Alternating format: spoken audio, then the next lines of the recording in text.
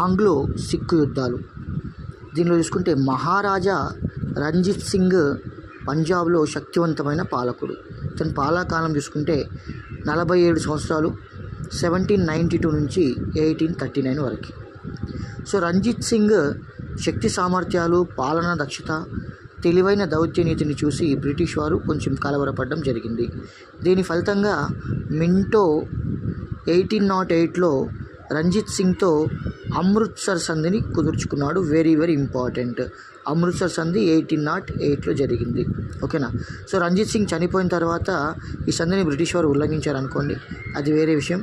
So 1839లో పంజాబ్లో ఏర్పడ్డ అరాచక పరిస్థితులు, అస్థిర పరిస్థితులు ఆంగ్లేయులకు అనుకూలమై పంజాబ్ ఆక్రమణ కోసం ఉసిగొల్పాయి. ఓకేనా. సో వీళ్ళ మధ్యలో కొన్ని యుద్ధాలు జరిగాయి. ఒక ఫస్ట్ యుద్ధం 1845, సెకండ్ది 1848లో జరిగింది. ఓకేనా.